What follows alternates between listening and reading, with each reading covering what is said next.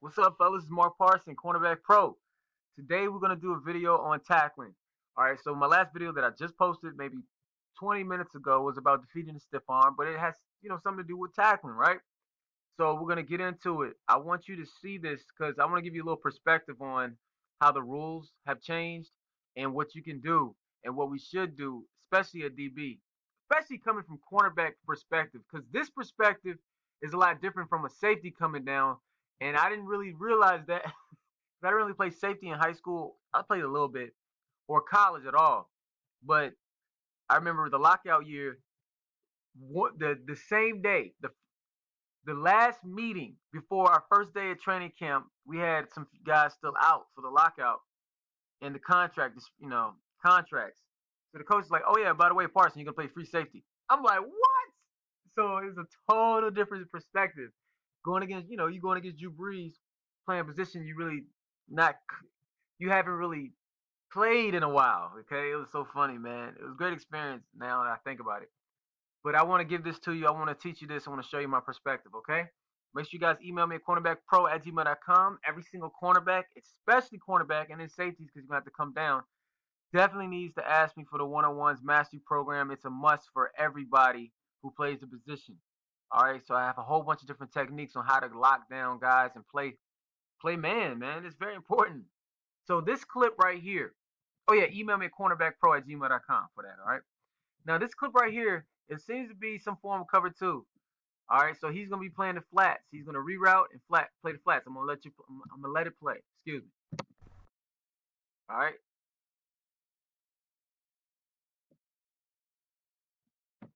So he's open stance, like he's possibly gonna shuffle out of there, play a different type of zone. Then he squares up at the last second. Okay. He squares up at the last second and then gets his reroute in. Now it's hard for me to see if he does his exit angle. So number one, in our cover two flats, right? When we're playing the flats, the number one thing is the what? We're going to line up most likely outside shade of him because we rather funnel our number one receiver out inside, right? But if he does a must release outside type of route where he literally says, "I'm going outside," then okay, cool. You still reroute him. One of the most important things after that is to make sure that we get into an exit angle. Okay, so we talked about that. I've shown you multiple videos now. Cover two corner, you're the cloud corner. After you reroute. So reroute, wow. First of all, why we need to reroute the guy? Because, let's go back to the very beginning. I think he's a safety. He goes back in his half. It looks like. All right. And by the way, safety. Let's say you are showing different coverage, because obviously they are. They're showing something different, right? Which is good from a coaching perspective. Make sure if we're disguising, make sure that you open up and run and get back there into the pedal. So you're literally gonna open up and run. We had coverages where we used to roll them, right? And we disguise them. So it looks like, oh, let's show like we're playing man, then we fall into a two, right? Open up and run so you can make sure you get your depth. So back to what I was saying, reroute. Why is it important for us to reroute this joker right here, this receiver? Super fast receiver. Because we need to help our safety out. If he feels two speed, so number one receiver, number two receiver, and he feels both guys flying, let's say they run four verts, flying, and he doesn't get rerouted, we don't touch this guy and he just runs, you're putting a lot of stress on the safety. So that's number one. That's why we reroute in cover two. Now, exit angle. What is an exit angle? So right here, and you're not able to see, but exit angle means after we reroute, we're going to start getting into first you're going to cross over run at least 2 steps, at least 2 to 3 steps, and then you can get into a shuffle. Your eyes are going to be inside for what? For routes that are crossing over the middle. So you're going to not, so this means you're not going to get outflanked. So it helps your exit angle, helps you get your width. When you get your width, you got your eyes inside, you can protect on this possible corner, If they're running a corner or a scissors route, you can be underneath that corner deep. Because remember, we play high to low, meaning we rather them throw this check down right here and we rally to it and make the tackle. Okay, and right here, now check this out. So now we get into the purpose of this video. I wanted to explain the cover two to you. Make sure you understand the cloud corner over there, the cloud zone. But look, this right here, this is a blow up shot. Now, with the new rules, I don't think I told you. All right, back in 2009, this is when they first started getting these rules, changing these rules. So I remember Nick Polk, he went to Indiana, played safety. They ran a post, right? 2009. They ran a post and he hit him. First year they started talking about the concussion stuff. Everybody was like, yeah, yeah. And then they threw a flag. We were like, what? All right. He hit too high. So Coach Gibbs told us, he said, look, fellas, this is the future. You're not going to be able to hit a guy that high. He said, you're going to have to hit him low. So then we like, Coach, we're like, we not trying to go out there and tear people's knees up. He's like, man, I agree. But this is the new rules because concussions are serious. Concussions are serious. Let's get that straight. Let's make sure we know concussions are serious. You know, shoot, guys after ball have messed up because they took so many concussions. They've taken so many. So I totally understand what's going on. At the same time, cats don't want to hit guys in the knees when they're not looking or they're going across the middle. So I'm gonna talk about that. But that's what he told us. He was like, yo, you ask any receiver in that other room if you rather hit him in the head or hit him in the knees, they like, yo, hit me in my head. I pop right back up. But I totally understand the rules. Now, with that rule change, what we're gonna have to do as players, we're gonna have to evolve. We're gonna have to adapt, right? So, and part of that rule, which they started doing as well, is defenseless players, right? So how do we get around this and still get our big hits? How do we get around this? Because this is unacceptable right here. Watch this. And I'm talking about for the receiver. All right, guys. The receiver caught the ball with one hand and literally running with the ball. Let's look at the other view. There is no fear in these receivers. Watch this. He catches it. Look at this. Bruh. You better turn your head around, get ready for some contact. Okay? I'm telling you, these receivers are running freely across the middle now. Freely. Now, any older guys know, you be like, bruh, it will be over. So how do we protect ourselves? Because we don't want to get hurt because we coming in there like, oh, shoot. Number one, you're going to hit low. Now, I'm not saying hit the knees. What do I always say anyways when we tackle? I always say, like, if you come in on a jailbreak screen or a smoke route, what do I always say? Or a now route. What do I say? Outside thigh board, right? Our angle, not angle. Our target is right here. So you see right here. So because we don't want to hurt the guys, So we want to practice hitting right here. So what does that eliminate? That eliminates you getting thrown out the game, or you getting thrown out the game because you're not going for the head. You're nowhere near the head. Now it changes when a smart receiver is like, oh shoot, I'm gonna have to get down, and he has his head down here. But for the most part, guys shouldn't do that. Now running backs do that a lot. But the thigh. So our target from now on is the thigh.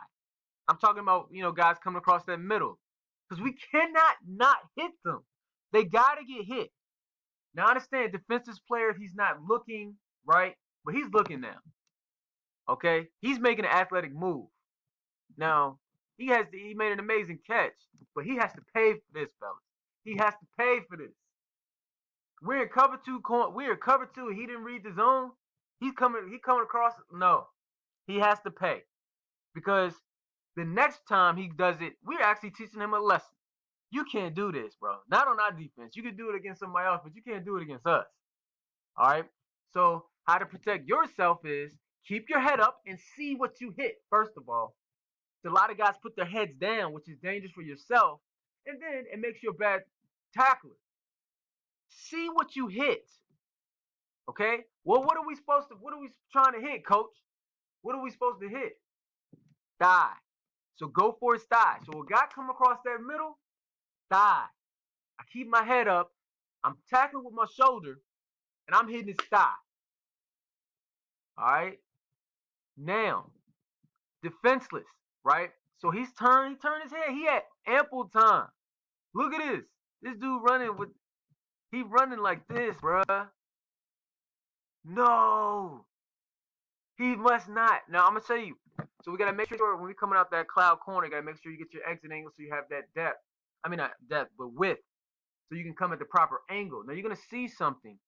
Hopefully I can show it in this clip of one of the areas where the cornerback messed up.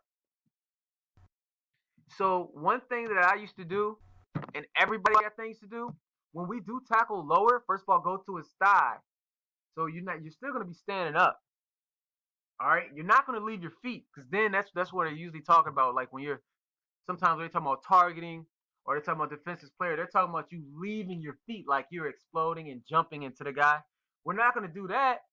What we're gonna do is we're gonna continue to drive through. Remember what I said in the last video? We're hitting through him. So it's almost like he doesn't freaking exist.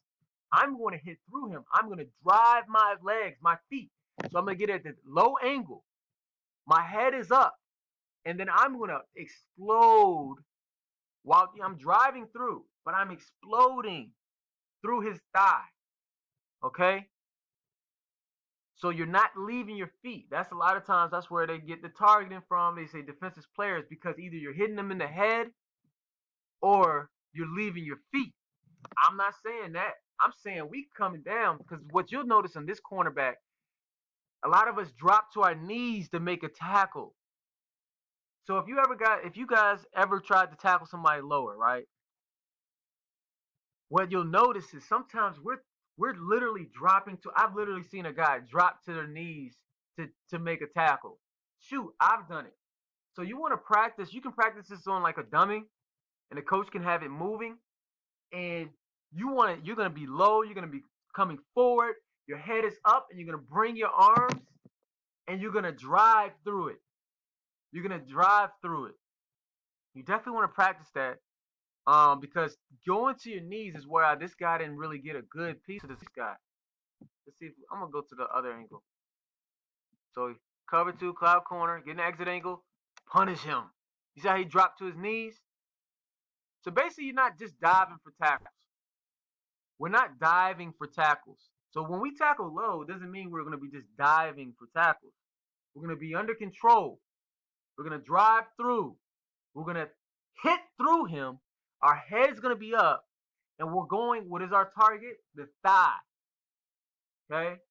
Because I'm not out here trying to end careers, man. You know, if you hit a guy in the knee, you hit him in the knee. It is what it is. It's better than hitting him in the head. But I'm just saying, I'm talking about when guys coming across the middle, they don't see you. You know, that's why I say the thigh. So in between that knee and the waist, that thigh area, right?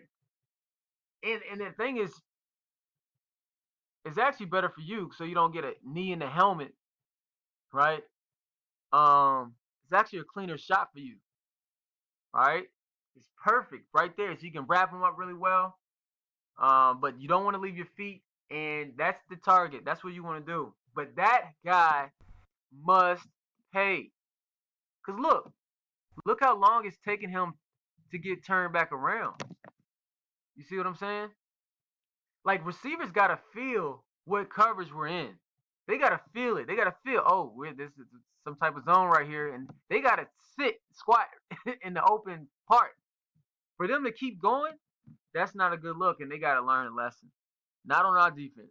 Then you can do that somewhere else, but not on ours. All right. So I want to share that. I think that's very important. Protect yourself. Protect the receiver. Make him pay. He need to feel that pain, but we want to have him have a successful career on somebody else's defense, right? But against us, nah. So I just want to share that with you because I know the rules have changed. Stay away from their head. Keep your head up. You know, protect them, but rock them at the same time. Make them pay. All right. Hopefully this guy's making you better.